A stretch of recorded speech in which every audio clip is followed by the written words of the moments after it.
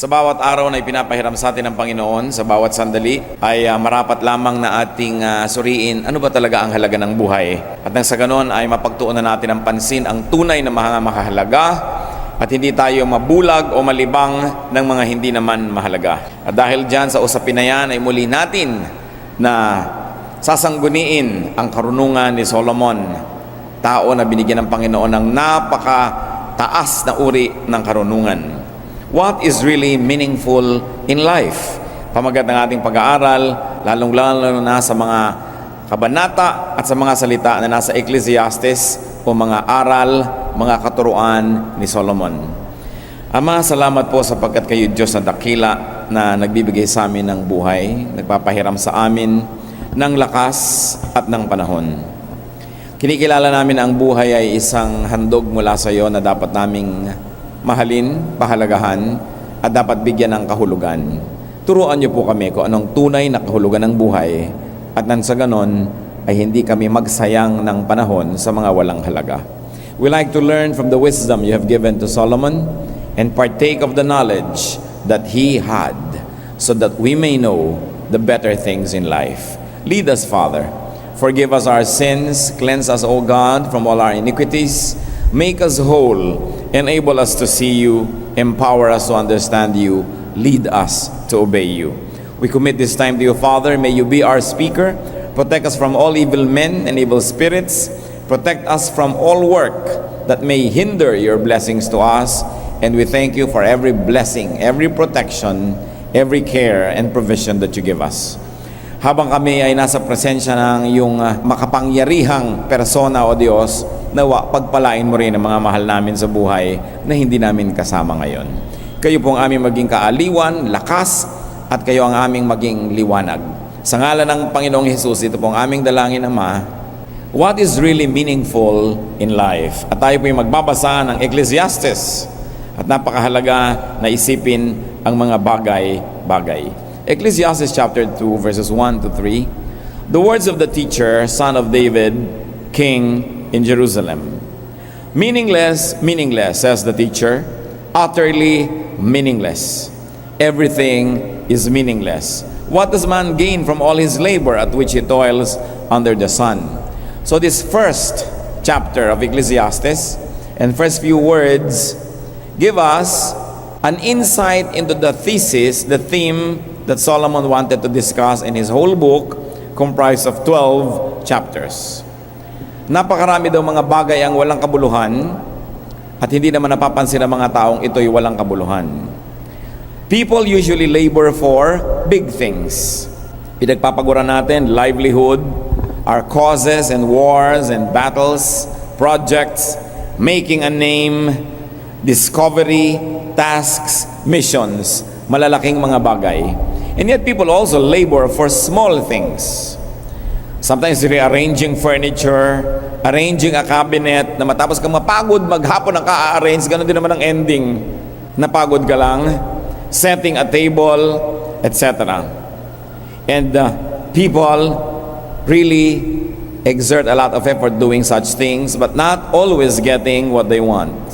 From such labors, people seek to gain success or profit, satisfaction especially, or pleasure. Kaya ang tao ay naghihirap, nagtsatsaga sapagkat may hinahabol siya at may hinahanap na bagay. Itutuloy po natin Ecclesiastes 1, this is chapter 1, we're reading verses 4 to 11. Generations come and generations go, but the earth remains forever. The sun rises and the sun sets and hurries back to where it rises. The wind blows to the south and turns to the north, round and round it goes, ever returning on its course. All streams flow into the sea, yet the sea is never full. To the place the streams come, from there they return again. All things are wearisome, more than one can say. The eye never has enough of seeing, nor the ear its fill of hearing. What has been will be again. What has been done will be done again. There is nothing new under the sun. Is there anything of which what can say, look, this is something new? It was here already, long ago. It was here before our time. There is no remembrance of men of old, And even those who are yet to come will not be remembered by those who follow. So ito po ang obserbasyon ni Solomon. Dating at dating ang mga saling lahi, sikat ang araw, lulubog, ikot ng ikot ang hangin, north and south, daloy ng daloy ang ilog, hindi naman napupuno ang dagat, bumabalik din sa pinagmulan niya yung tubig, ikot ng ikot, sabi niya ang lahat ng bagay ay nakakapagod. Pero ang tao naman hindi kontento, hindi siya nasisiyahan sa kanyang mga nakikita, kulang pa. Hindi pa sapat ang mga naririnig niya, kulang pa rin. At kahit anong gawin ng tao, paulit-ulit lang ang lahat ng bagay. Sabi niya gano'n, wala naman talagang nababago. Wala namang bago. Kahit pa sabihin mong bago ito, hindi rin, dati na yan. Ngayon mo lang nalamang nandyan, kaya nagmumukha tuloy bago. Wala naman daw mga nakakaalala sa mga taong mga nabuhay noong araw. At kahit yung mga ipapanganak pa, ay wala ring makakaalala sa kanila pagdating ng panahon. So the teacher states that these are meaningless because the earth remains the same. Para ba yung mga pyramids of Egypt, ang tagal ginawa yan, kutakot-takot na proyekto, ayun, disyerto na uli. Yung mga napakagandang mga building na ginawa sa South and Central America, ngayon kinain na uli ng gubat. Minsan kahit anong mga projects, minsan may madidiscover ka, remains of an ancient civilization na dati mga cities, mga urban centers, na wala na, nalimutan na, puro na lamang wilderness. Bumabalik din sa dati. At ano pa? Sabi niya, toil is tiring. Nakakapagod lang ang trabaho. Ang ending ganun din. People are never satisfied and nothing is really new. Even new discoveries and inventions are still based on old truths and old basics. May nare-rearrange lang kaya parang may na-invento pero lahat ng prinsipyo noon, physical, chemical, electrical, nandun na nung palang nilikha ang mundo. So wala naman talagang bago. At sabi niya, kayo nagpapagod na maging sikat, magkaroon ng pangalan, maging dakila. Even achievers won't really be remembered. Gano'ng karami sa atin halimbawa nakakatanda pa kay Rogelio de la Rosa? Natatandaan pa ba natin halimbawa kahit very recently, Charito Solis, konti na lang nakakatanda nun. Samantalang napakatagal nila mga sikat. Sino nakakatanda kay Mona Sulaiman? Dating napakabilis tumakbo noong mga mid-60s. Natatandaan pa ba natin si Pancho Villa? Na isang dating champion ng boxing. So, kahit ka maging dakila, nalilimutan ka rin. So, pag pinag-isip-isip natin ito, ano ang meaningless? Toil is meaningless when it aims to change the earth. Because it will not. Ang daigdig rin ang mangingibabaw pagdating ng panahon. Kahit ang mga itinatayong syudad ay ginugupo ng panahon, nabubulok, natatabunan uli ng dagat o ng kagubatan.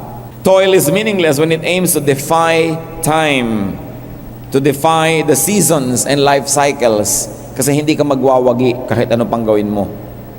Kaya tingnan nyo po yung mga ilog na pinipilit na pigilin ng tao, nilalagyan ng mga dam, sandali lang yun. Dumadating ang mga bagyo, dumadating ang mga kalamidad na biglang nagigiba uli yung mga dam na yun at yung mga ilog uli ang nasusunod kung saan nila gusto magpunta at kung anong gusto nilang gawin sa buhay nila. Sabi, baliwala na pilitin mong labanan ang kalikasan, labanan ang nandyan at nakatakda. Toil is meaningless when it aims for completion or satisfaction because man will never be satisfied. Kung tayo nagpapagod dahil sa mo, ito ang magbibigay sa akin ng kasiyahan, sayang lang ang pagod mo dahil hindi ka rin masisiyahan. Sabi, the eye never has enough of seeing, nor the ear its fill of hearing. And toil is meaningless when it aims for immortality. Gusto mong maalala ka habang panahon? Di rin yan mangyayari. Konting-konti lang ang naaalala. Baka nga sa buong Pilipinas, yung naaalala nating mga mahigit 100 taon na ang buhay nila, konting-konti lang. Si Jose Rizal, si Andres Bonifacio. Pero ang konti pa rin ang alam natin tungkol sa kanila.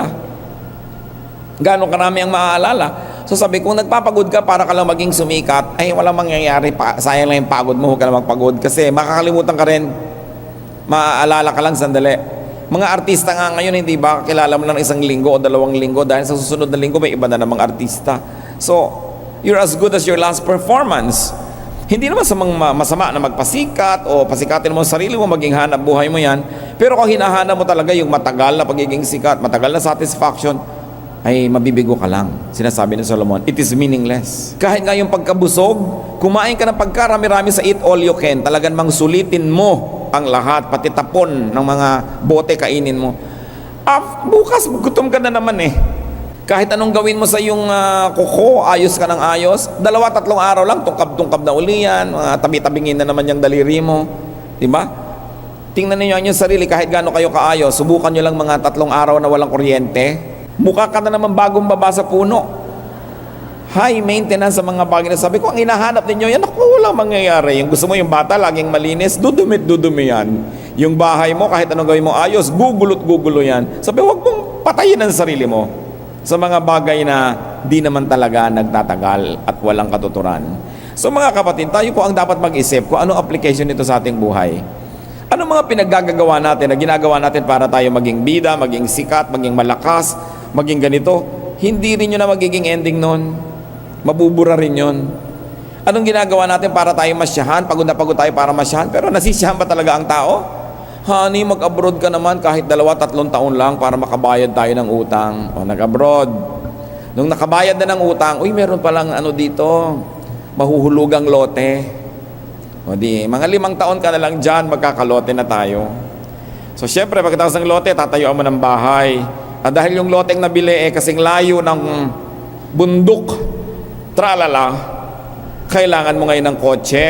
So mga 3 taon pa, magkakakotse na tayo. Hindi na makakauwi yung nag-abroad. Hindi na, hanggang hindi bangkay. No? Tapos kahit gaano katagal yung nag-abroad, pag uwi, mga 2-3 taon lang, wala na uli. Ubos na naman ang alahas ni Mrs. Wala na naman ang mga kono-ano. Liba na lang talaga mahusay. So wala rin ang ending niya. Naghihiwalay pa yung mag-asawa. Tumatanda lang na magkalayo.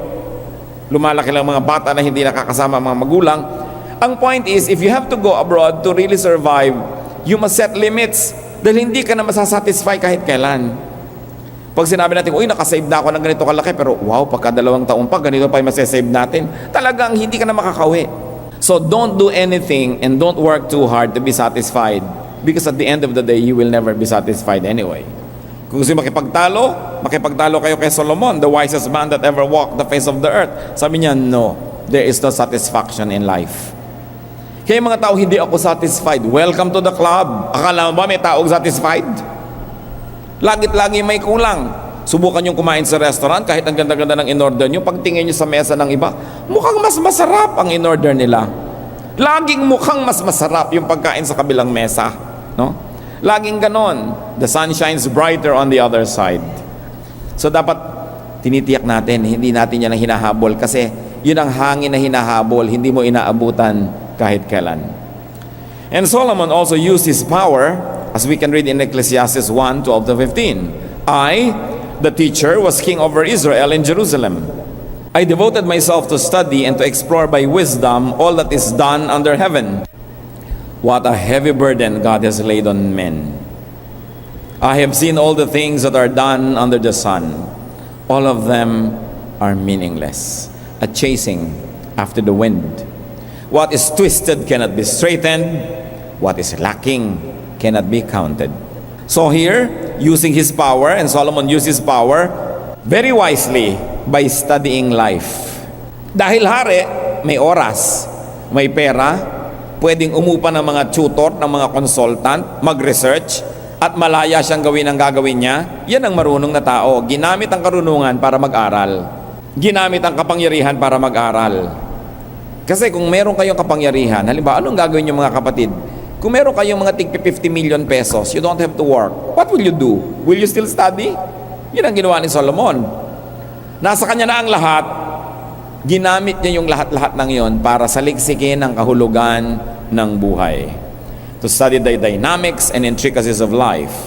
And the teacher concluded, after much study, that God has laid a heavy burden on men and that all things done in life are meaningless. Sabi niya, napakabigat ng ipinataw na pasan ng Diyos sa tao. And why meaningless? Partly, as already we have stated, meaningless yung paghahanap ng satisfaction. Hindi nangyayari yon. Yung paghahanap ng immortality, ng fame, hindi yun talaga mangyayari at hindi mangyayari ng matagal. And meaningless because no great change can be accomplished anyway. Sabi nga sa Bible, can a leopard change its spots? Yan na yan.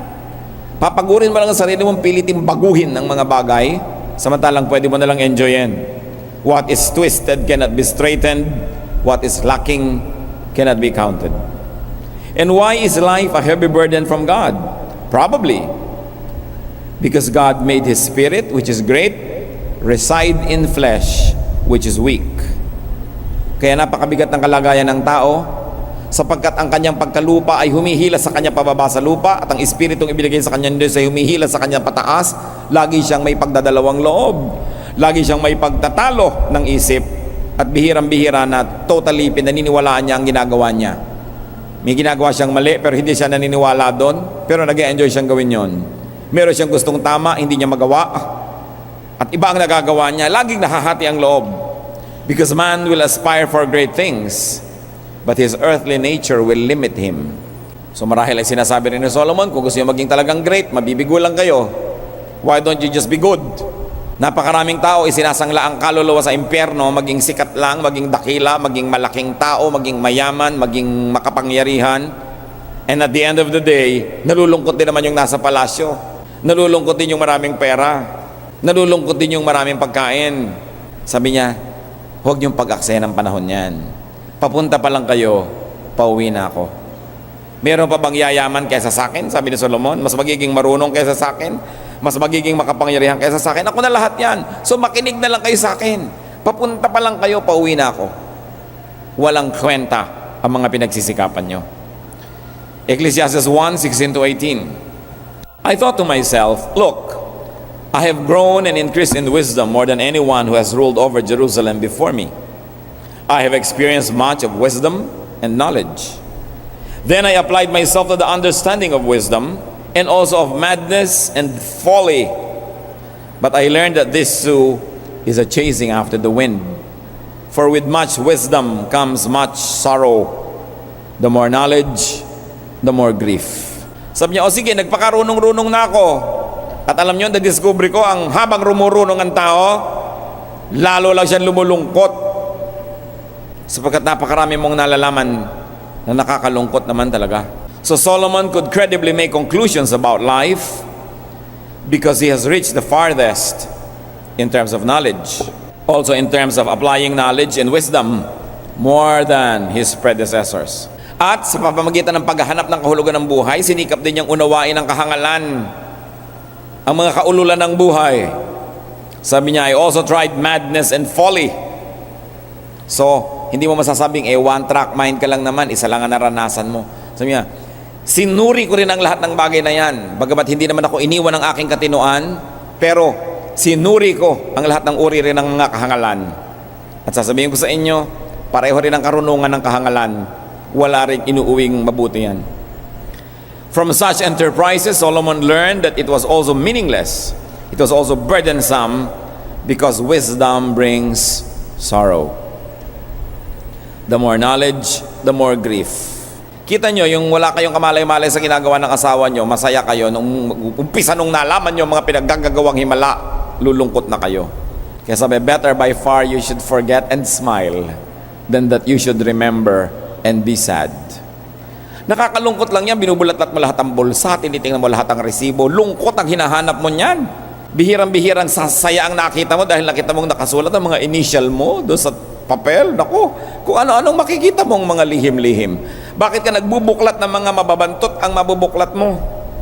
Sabi ni Solomon, with much wisdom comes much sorrow. So do not try to know so much if you want to be happy. Subukan ninyo na meron kayong mga secret speaker sa lahat ng kwarto ng bahay nyo at nalalaman nyo sinasabi ng mga katulong nyo tungkol sa inyo, lulungkot kayo. Amo kayo sa kumpanya, nalalaman nyo sinasabi ng lahat ng empleyado nyo tungkol sa inyo, magpapakamatay kayo sa mga maririnig nyo. So bakit nyo gugustuhin malaman? So aalamin mo lang yung talagang directly makakatulong sa decision making mo. But do not try to know what people tell about you, what they say about you, what they think of you, dahil mas marami ang ikalulungkot kaysa ikasisiya. Ecclesiastes 2 verses 1-8. I thought in my heart, come now, I will test you with pleasure to find out what is good.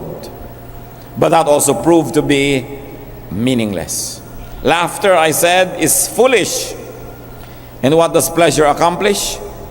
I tried cheering myself with wine and embracing folly, my mind still guiding me with wisdom.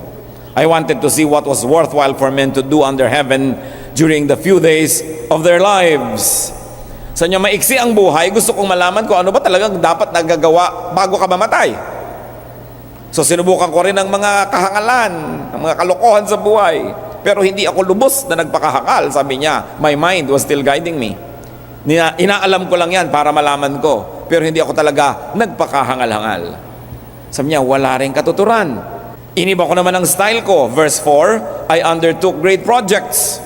I built houses for myself and planted vineyards. I made gardens and parks and planted all kinds of fruit trees in them. I made reservoirs to water groves of flourishing trees. I bought male and female slaves and had other slaves who were born in my house. I also owned more herds and flocks than anyone in Jerusalem before me. I amassed silver and gold for myself and the treasure of kings and provinces. I acquired men and women singers and a harem as well, the delights of the heart of man. So niya, ginawa ko na lahat yan. I've seen them all, I've done them all. Sinubukan ko rin yung mga alak, sinubukan ko ang kasiyahan, sinubukan ko. To understand life, Solomon also tried pleasure, laughter, wine. He tried folly. He also did great projects, construction, agriculture, beautification, acquisition, the arts, music, musicians. Lahat ng pwedeng hilingin sa buhay. Ecclesiastes 2:9-11, anong nangyari sa kanya? I became greater by far than anyone in Jerusalem before me. In all this, wisdom stayed with me. I denied myself nothing my eyes desired. I refused my heart no pleasure. My heart took delight in all my work, and this was the reward for all my labor. Yet, when I surveyed all that my hands had done and what I had toiled to achieve, everything was meaningless. At chasing after the wind, nothing was gained under the sun. So niya, tambak-tambak na mga ginto, mga pilak, inipon ko. Talaga namang legendary ang kayamanan ni Solomon kahit sa history. Hindi lang sa Bible, kahit sa secular history. Napakaraming kumukonsulta sa kanya. Napakarami niyang mga kayamanan. Lahat-lahat. At napakarami niyang asawa. Libo-libo. Sabi niya, lahat yan, ako, sinasabi ko sa inyo, papunta pa lang talaga kayo, pauwi na ako, at kahit anong gawin nyo, hindi nyo mararating ang narating ko. Sabi niya, Solomon went to the max in his quest, in his search. And he concluded that nothing changed in the world. Nothing changed inside of him. Everything was meaningless. Naalaman niya na kahit nag-agriculture siya, yung halaman na kinuha niya doon sa kabila, itinanim lang niya dito, wala naman talaga nadagdag na halaman sa planeta. Nagpagawa siya ng mga kanal, ng mga ipunan ng tubig, at nadalaw ko ang mga ibang ipunan ng tubig niyang si Solomon, sa outside of Jerusalem. Ang lalaking mga parang pool, ipunan niya ng tubig para kahit summer, meron siyang pandilig. Pero sabi niya, wala naman ako naidagdag ni isang patak na tubig dito sa planeta. Inilipat ko lang, mula doon sa kabila, inilagay ko lang dito. At kung kayo mahilig mag-acquire, mga kapatid, ganun yun. Ang hiling nyo sa halaman, binili nyo lang doon sa Bulacan Garden, inilipat nyo sa bahay nyo, nagkagastos pa kayo, wala naman talaga nadagdag na halaman sa planeta. Natuyo pa yung nagpunta sa inyo. Ang dami-dami yung mga ginto, nakuha nyo mula sa tindahan, napunta sa inyong cabinet, pero wala namang nadagdag na ginto sa planeta dahil yung tindahan, kinuha lang niya yun sa mga naggumawa nun, yung gumawa nun, kinuha lang yun sa mina. Wala naman talaga nadagdag, kapalipat-lipat lang. So mahilig ka magkolekta ng antik, ng aparador, ng mga elepante, kampana. Wala naman talaga nadadagdag dito sa buhay. Kaya sabi niya, there is nothing changed. Nothing changed in the world. So don't call it an accomplishment. Gumawa ka ng building pero kinuha mo lang yung mga bato-bato doon sa quarry, lumipat lang yung bato, lumipat lang yung semento, lumipat lang yung bakal, nagpunta lang doon. Wala ka naman talagang naidagdag. Sabi niya, kaya don't think of yourself as great. Sabi niya, I'm getting desperate. Ano pa kaya ang magpapasaya sa akin? So Ecclesiastes 2:12-16. Then I turned my thoughts to consider wisdom and also madness and folly. What more can the king's successor do than what has already been done? I saw that wisdom is better than folly, just as light is better than darkness. The wise man has eyes in his head, while the fool walks in the darkness. But I came to realize that the same fate overtakes them both. Then I thought in my heart, the fate of the fool will overtake me also. What then do I gain by being wise? I said in my heart. This too is meaningless. For the wise man, like the fool, will not be long remembered. In days to come, both will be forgotten. Like the fool, the wise man too must die. Sa niyan mo, talaga pinakaiba ng marunong at mangmang, pareho rin niyang mamamatay. Kumisa nga, mas mahaba pa yung buhay ng mangmang. So he further concluded that while it is better to be wise than foolish, wisdom is also meaningless, as both the wise and the foolish will die. Ano naging bunga sa kanya ng mga kabiguan na ito ng paghahanap? Ecclesiastes 2:17 to 23. So, I hated life, because the work that is done under the sun was grievous to me. All of it is meaningless, a chasing after the wind. I hated all the things I had toiled for under the sun, because I must leave them to the one who comes after me. And who knows whether he will be a wise man or a fool. Yet he will have control over all the work into which I have poured my effort and skill under the sun. This too is meaningless. So my heart began to despair over all my toilsome labor under the sun. For a man may do his work with wisdom, knowledge, and skill, and then he must live all he owns to someone who has not worked for it. This too is meaningless and a great misfortune. What does a man get for all the toil and anxious striving with which he labors under the sun? All his days his work is pain and grief. Even at night his mind does not rest. This too is meaningless. So what happened? Solomon hated hard work and achievement.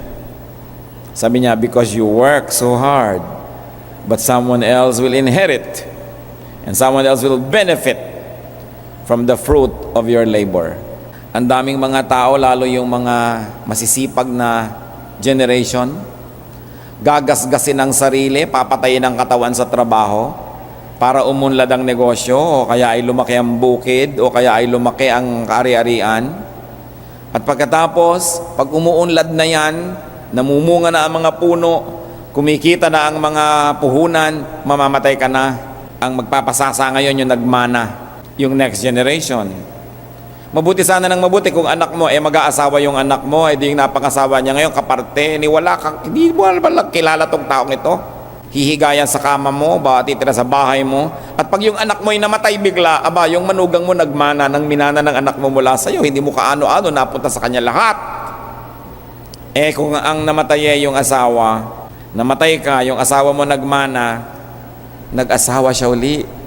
Iyon ang napakasaya. At biglang namatay yung asawa mo, minana na ngayon ang asawa niya yung galing sa'yo, mag-aasawa siya uli ng iba. Sabi ni Solomon, ayoko na nga. Gagasgasin mo ang buhay mo, titipirin mo ang sarili mo, tipid ka ng tipid, tiis ka ng tiis, para lang lumaki ng lumaki ang iniipon mo. Para kanino? Para sa iba. Sabi niya, isang malaking kahangalan. So Solomon hated hard work because somebody else will benefit from it. Someone who did not work for it, and probably that someone will be foolish. Probably somebody you don't even know.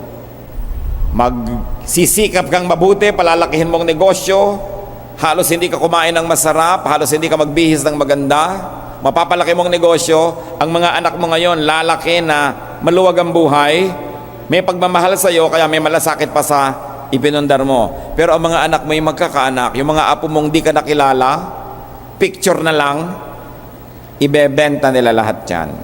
One generation puts it up, the second generation enjoys it, the third generation sells it.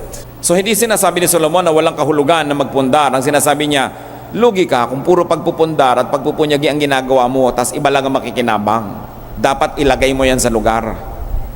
Kumikita ka, enjoyin mo. Huwag yung puro tipid ka, puro katipid. Bakit? Para lumaki ang ipapamana mo. Para lumaki ang ipapamana mo sa mapapangasawa ng asawa mo pag namatay ka na. Ikaw naman babae, ayaw mong gamitin ang magagandang plato, ayaw mong gamitin ang magandang kitchen, andong ka sa dirty kitchen, ayaw mong gamitin ang magandang komedor, para pag namatay ka at nag-asawa uli ang asawa mo, siyang gumamit. Sasabihin ni Solomon, magpakatino kayo, kasi hindi kayo mabubuhay forever. Sa maiksing buhay na ipinapahiram sa inyo ng Diyos, gawin nyo lang ang tama, huwag ang sobra, para meron pa kayong panahon na ma-enjoy yung bunga ng inyong mga pinaghirapan. Ecclesiastes 2:24 to 26. A man can do nothing better than to eat and drink and find satisfaction in his work. For the first time, nakakita tayo ng tama. na pwedeng gawin. A man can do nothing better than to eat and drink and find satisfaction in his work. This too, I see, is from the hand of God. At least hindi niya tinawag na meaningless. For without Him, who can eat or find enjoyment? To the man who pleases Him, God gives wisdom, knowledge, and happiness. But to the sinner, He gives a task of gathering and storing up wealth to hand it over to the one who pleases God. This too is meaningless, a chasing after the wind. So in view of the above, the only meaningful enterprise a man can engage in is to eat, to drink, and to work. And remember this, to enjoy your work. And to enjoy the fruit of your work, which is what you eat and drink. So maraming posibleng reading ito, mga kapatid. Isa, work in order and only to be able to eat and drink. Magtrabaho ka para ka may kainin at inumin, at magtrabaho ka para sapat lang na may kainin at inumin. Huwag mo nang sobrahan dahil malulugi ka. Psalm 12:11, he who works his land will have abundant food. Sabi, but why work when you will not enjoy the fruit of your labor? So in essence, Solomon was saying, do not try to overachieve. Do not gather more than what you need. At kahit noon sa disyerto, ang mga Israelita ay pinapaulanan ng mana, kakainin nila. Ang utos, Exodus 16:4 and 16. Then the Lord said to Moses, I will rain down bread from heaven for you. The people are to go out each day and gather enough food for that day. Each one is to gather as much as he needs. So uulan ng pagkain, kukuha ka lang ng kailangan mo para sa araw na yon. Yung mga iba, sakim, kumuha sila ng higit sa kailangan nila. Ano nangyari? Nabulok ang kinuha nila. Kasi ang bilin lang, kunin mo lang yung kailangan mo. Pati ang Panginoong Jesus, anong sabi niya? Ganito ang dasal nyo. Give us this day our daily bread. Bakit mo sobrang papagurin ng sarili mo para yung kailangan mo 30 years from now ay ma-save mo na? Darating ang panahon na yun para kunin mo yung para doon. Pero yung sobra ka nang namatay sa pagod, ang dami mong naipon, mamamatay ka na nga. Hindi mo na ma-enjoy yung naipon mo. Sabi dapat proportionate lang yung effort, yung need. Pero syempre yung greed ng world is always you want surplus, surplus, surplus. Alam nyo, hindi naman kulang ang pagkain sa mundo eh. Hindi lang tama ang distribution. Hindi naman kulang ang wealth kahit ng Pilipinas. Ang dami lang taong may sobrang surplus. Wala lang natira doon sa iba. Yan ang problema ng daigdig, yung gusto niya lagi may surplus siya. Kung ang kukunin mo lang yung kakainin mo ngayon, may makakain yung iba. Kung sa mga kumpanya, ikaw yung namumuhunan, ikaw ang may-ari, o ikaw yung malaki ang sweldong manager, kung ang kukuhanin mo lang sweldo, yung talagang kailangan ng family nyo ngayong buwan na to, may matitira doon sa iba para kumita rin sila ng malaki-laki. Kaya nahihirapan ng tao kasi nag-aagawan. Hindi pinapakinggan ang inuutos. Kunin mo lang ang kailangan mo. Yung hindi mo kailangan, iwan mo dyan. Merong may kailangan yan. Sapagkat bukas, sabi ni Lord, tomorrow will worry about itself. Nandun pa rin ang Diyos bukas.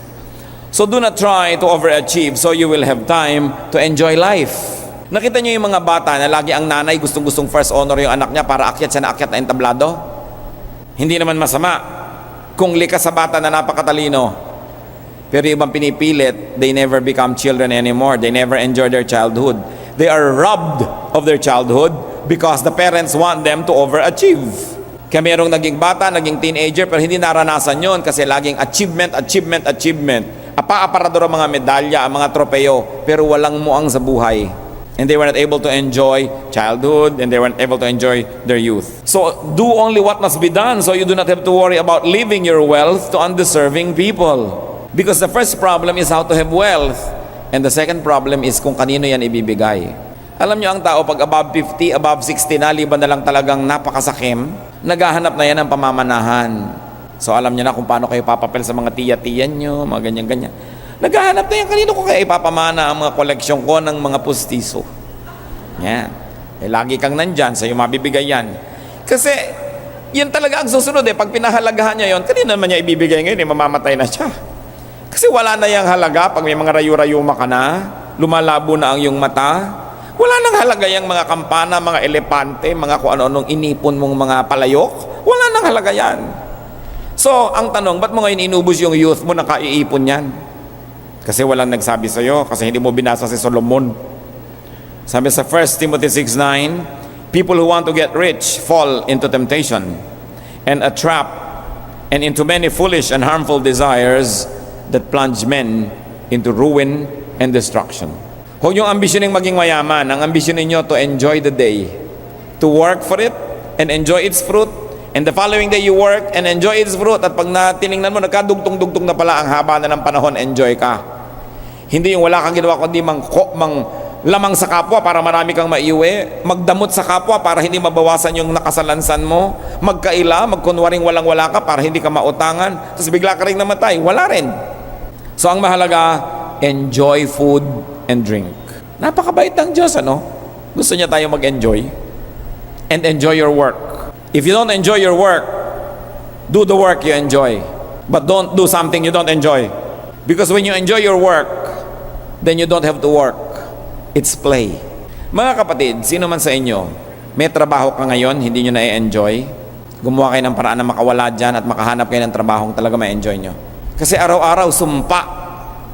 Tuwing gigising kayo, tapos papasok kayo sa hindi nyo gusto. Ang bigat-bigat ng paan nyo, lolis na naman.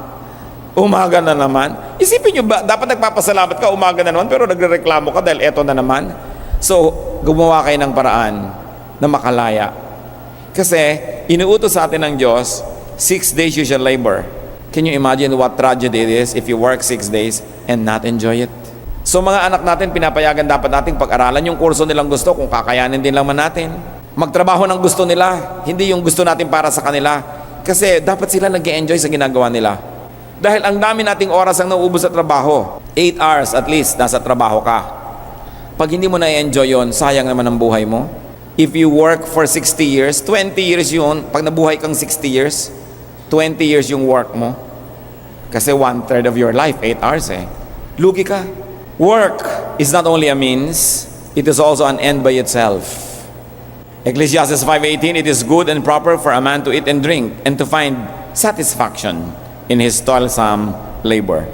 Kaya masarap yung nag-enjoy ng ginagawa. So enjoy eating and drinking. Hindi yung sobrang katatrabaho, wala na kayong oras kumain. Hindi ka nabubuhay para maghanap buhay. Naghahanap buhay ka lang para mabuhay. So when you have earned enough, you must pause and enjoy it. Huwag kayong save ng save na after 20 years, makakapagbakasyon din tayo.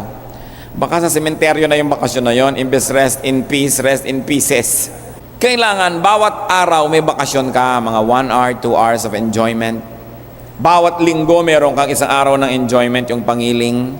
Bawat buwan meron kang ilang araw ng bakasyon o ilang araw na enjoy ka. At bawat taon meron kang ilang linggo o buwan na nagpapahinga. Huwag yung 20 years of solid work tapos ibubuga mo lahat ang yung bakasyon at the end dahil yumamang ka na. Dahil hindi ka nakakatiyak na mabubuhay ka ng ganun kahaba eh. Everyday dapat meron kang trabaho, meron kang kain, meron kang iniinom, meron kang pahinga. All in one day. Because you don't know if you will live again another day. Hindi tayo dapat maging mayabang na saka na natin i-enjoyin. Parang tinitiyak natin mabubuhay nga tayo. So ang Panginoong Jesus, diyan siya napulaan ng maraming tao dahil siya ay laging kumakain. At laging nasa kainan. Luke 7:34, the Son of Man came eating and drinking, and you say he is a glutton and a drunkard. So ganoon, sinasabi nyo lasengko siya at matakaw. Kasi lagi siyang nakikitang kumakain. Yung masakaw at yung pangit na salita, yun yung judgment sa kanya ng iba. But what gave them the reason? Because he was always joining dinners. And when one enjoys the fruit of his honest labor, God is pleased. So pag kumakain ka dahil yun ay dapat mong magawin, dahil premyo yun ang yung pagsisikap, ikinatutuwa yun ng Diyos. Hindi siya nagagalit. Ang masama yung enjoy ka ng enjoy kasi hindi ka nagtatrabaho. And God is pleased with people who know how to enjoy His gift of work and His gift of food and drink. And remember, do not treat food like poison. Yung mga iba naman kasi sa inyo, nagpapapayat o nag-diet. Pag hinainan mo na masarap, naku, upayarap sa akin yan. Para mong akala mo, hinainan mo ng lasot. Huwag yung pinipintasan ng pagkain. Masamang pinipintasan ng pagkain. Kahit, ay, wala namang kwenta ang pagkain to, walang lasa. Don't say it with your lips. Blessing ang pagkain. Yung nagpapapayat ka, hinainan ka ng masarap. Naku, ilayo mo sa akin yan. Baka nga lumayo sa inyo pagkain forever, kayong habol lang habol. Pagkain, nasan ka na? Huwag maarte. Ipagpasalamat ang pagkain dahil yan ay gift ng Diyos, although ilagay sa lugar. Look, God's first assignment to man was work. Diba si Adan at si Eva? Anong unang sinabi niya? Alagaan niyo yung garden na yan. Work. At ang unang privilege na ibinigay ng Diyos sa tao, food. The first privilege given to man was food. Sabi niya, ito lahat, kainin niyo. So mahalaga sa Diyos yung work at food. Yun ang kauna-unahang inilagay niya na ginagawa ng tao, magtatrabaho at kakain. So yung pamilya, dapat may oras kayong kumakain, magkakasama, nagkukwentuhan, masaya. Hindi yung lagi nilang nag-aapura. No? Binibigyan natin ng panahon, kumakain tayo kasabay ng ating mga kaibigan, nakikipagkape ka o nakikipagtsa, kasabay ng yung mga kakilala. Put it in your schedule. No? Kasi yun ang pagpapasabi mo sa Diyos na, Lord, nagpapasalamat ako sa binigay niyo sa akin na pagkain, gana, at freedom. While I am enjoying this, I am worshiping you because I am doing this to praise you and to thank you because you're so nice and you're so good. So dapat nating alalahanin. Mahaba pa po ang Ecclesiastes. Nakakadalawang chapter pa lang tayo. But so far, we can make a few tentative conclusions. What is meaningful in life? First of all, let's start with what is not. What is not meaningful in life? Greatness is not meaningful. Grand projects, not meaningful. Monumental accomplishments, not meaningful. But simple and honest work that brings manageable and personal pleasures, they are meaningful. At nakita niyo ang kabaitan ng Diyos na ang tunay na meaningful, maliliit na bagay para lahat ng tao, tulad mo, tulad ko, affordable sa atin yun. Hindi naman tayo lahat makakagawa ng monumento. Hindi tayo lahat mananalo ng mga acting awards. So hindi yun ang ginawang meaningful. Kundi uupo ka, kakain ka, nag-enjoy ka. Yun. Sabi niya, that is life. So yung kayong mag-asawa, nakaupo sa balde, kumukuya-kuyakoy, umiinom ng 3-in-1 coffee, natatawa kayo, that is life. Huwag na kayo mag-isipan na nandun pa kayo sa kung mga 5-star na mga mahal, kung hindi nyo naman afford. Ang mahalaga, ganon din yun ang kape, yung 500 pisong kape at saka yung 3-in-1, kape din yun. No? Pareho lang yun. No? So, bihisan mo lang yung tasa mo, lagyan mo ng konting ganito, huwag mo namang iniinom sa latang bulok. Kahit dilis ang kinakain mo o mga kung ano-ano, kortehan mo naman ng konti ang kamatis, artihan mo para masaya. Celebrate life. No? May konti kang kama pero laging bagong almirol o ang bango-bango ng yung pangtakip pa dyan, kahit dalawa lang yun na palit ng palit, you enjoy it. Salamat sa Diyos. At salamat, sinasabi ni Solomon, ang tunay na mahalaga ay kaya natin lahat ma-afford. To eat, to drink, to have fun, to live, to work. That is what is meaningful. Huwag kayong mag-iinggit doon sa mga malalaki masyado ang mga accomplishment. I like to end with a little story. I had a friend who has always been wealthy. Yung mga mga family nila, may minana pa, mga negosyante, may yaman. And then, when I was going to Saudi Arabia in 1984, I did not know I wanted to go. I had a good thing to do. My life was all right. But I wanted to go. So, pinipigil ako ng mga kaibigan ko. Then, minsan, isang despedida, kinausap ako ng isa, sabi, bakit ka ba alis? Is it about money? Sabi ko, bakit? If it's money, ano ngayon? Sabi niya, nagkausap-usap kami ng mga friends natin that if it's about money, whatever you will get there will give you times 4. Just stay here in Manila because we like you here. After all, you do things for our companies, consultant ka naman namin, so we'll give you times 4. I was so flattered. I said, wow, my friends are outbuying me. No? I mean, they're outbidding my Arab friends. But sabi ko, salamat, but it's really not money. But thank you. But I really have to go. At alam nyo, the rest is history. Doon na born ang day by day. Bible study na naging day by day, na naging ganyan-ganyan. Kaya pala ako nagpunta doon sa Saudi Arabia na yon. Nung umuwi ako dito, 5 years later, sapagkat yung 5 years na yun na nandun ako sa Saudi Arabia, hindi kami nagkita. Uuwi ako dito, magbabakasyon, nasa Amerika siya, yung ganon, hindi kami nagkikita. So noong nagkita kami, mga probably within the first 5 nights that I arrived, we had dinner. Sabi niya, alam mo, mula nung umalis ka, sinabi niya yung number, halimbawa, X number of millions richer.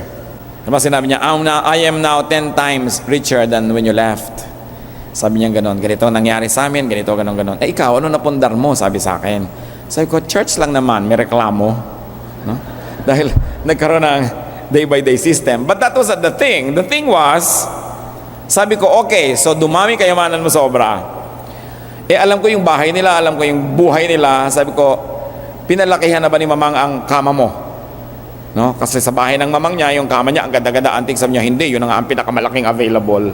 O, di the same kama? Niya, dinagdagan mo na ba ang kotse mo? Sabi niya, hindi, dalawa kasya na, tsaka may company cars pa kami. Hindi ko lang pwedeng gamitin sabay-sabay kahit marami. Okay. Lumaki na ba ang kinakain mong steak ngayon? Hindi, binawasan ko pa nga dahil alam mo na, tumatanda na tayo. Sabi niya ganon. Anong nadagdag sa buhay mo? Ang kinakain mo palang kanil, lumiit pa. Yung kama mo, the same. Ang kotse mo, hindi naman nadagdagan. Ano ngayon ang idinagdag sa buhay mo nung dagdag na kayamanan? Tapos hinahabol pa sila ng maraming gusto silang kidnapin. At sila hinihinga ng buwes kung saan-saan ang lahat ng uri ng gobyerno ng Pilipinas. Ang dami nila naging problema dahil sobra sila naging visible. Dumami ang problema, hindi naman dumami ang kinakain, hindi naman nilakihan yung kama. So what's the point in having more? Merong kailangan mo na minimum para ka magkaroon ng masayang buhay. Pero hindi mo kailangan abutin yung maximum dahil hindi yun naaabot kahit kailan. At more doesn't mean more. Pag meron ka na nung sapat para nabubuhay ka, nagagawa mo naman yung gusto mong gawin, pinag-iipunan mo yung ibang medyo malaki-laking gastusin, yun na yung buhay. Ngayon, kung bibigyan ka ni Lord ng maraming dagdag na hindi mo ibinebenta ang kaluluwa mo, hindi mo pinapatay ang katawan mo, hindi mo nananakawan ng oras ang pamilya mo, at hindi na kayo nagkikita, hindi ka nagiging ganid, di bonus. Pero kung kailangan maging ganid ka, mawalan ka na ng oras sa pamilya, hindi ka na nagkaroon ng tunay na buhay, naging maramot ka na, what's the point? Sabi niya, that's meaningless. At in fact, sabi niya later, as the goods increase, so do those who consume them. Subukan ninyo, kung maliit ang kita nyo, nagkakasya. Kasi hindi kayo napapansin ng mga kamag-anak. Subukan nyo lumaki. Mapapansin kayo na lahat ng kamag-anak, matutuntong kayo ng lahat ng yan. Ang ending nyo rin, wala. Madamot pa kayo, may nagtampo pa. Ang pinakamasarap sa buhay, yung may konti kang pera sa bulsa, nakakabili-bili ka, nakakakain-kain ka, pero hindi ka napapansin ng mga kidnapper. Wala ka sa listahan ng mga hold-upper, hindi ka napagkakamalang mayaman, malaya ka, yun ang masaya. And everybody can have it. Subukan nyo, meron kayong mga suot ng lalaking mga kwintas, hawak-hawak nyo kanya pag may kasalubong kayo dahil baka kayo agawan. No? Natatakot ka. Because the problem with wealth is that many people like it. Magkakaproblema ka. So what is meaningful? By now, napag-isip na natin yan. Patuloy po natin pag-aaralan ng Ecclesiastes at nais nating matuto pa kay Solomon, bagamat alam na naman natin yan, hindi naman bago. Pero sabi nga ng matatanda, ang paalala ay gamot sa taong nakalilimot. It's not important to be great.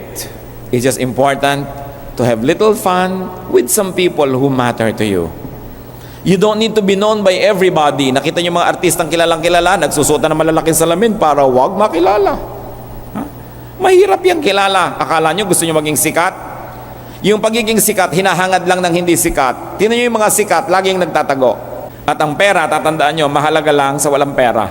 Pag may pera na kayo, may iba na naman kayong hinahanap. Hindi yan natatapos. So, simple and honest work brings manageable personal pleasures. This is a gift from God. Huwag niyong isumpa ang buhay niyo kung hindi kayo sikat at hindi kayo mayaman at hindi kayo kilala. Ang regalo ng Diyos sa inyo, yung mga simpleng bagay para madaling maabot. Stick to what is really meaningful. Heavenly Father, we thank you sa mga paalala nyo sa amin. Salamat kung paminsan-minsan ay sobra sa pangangailangan namin ang binibigay nyo. At salamat kung mga panahon na parang kulang-kulang, natututo kami maging resourceful, natututo kaming lumapit sa inyo at umasa sa inyo, at higit sa lahat, natututo kaming maramdaman ang nararamdaman ng maraming kapuspalad. Nawa, Panginoon, bawat kahirapan na pinapayagan yung maranasan namin, ang maging bunga sa amin ay isang pusong marunong umunawa sa mga naghihirap. At nawa, sa bawat biyayang ibinibigay nyo na lampas sa aming pangangailangan, matuto kaming lumingap din ng kapwa. Turo mo sa amin. Manahimik tayo sandali, mga kapatid, yumuko sa presensya ng Diyos at humingi ng personal lesson ngayong sa mensaheng ito. Surely, there is a personal application for each one of us. Be alone with God for a while and listen to His voice.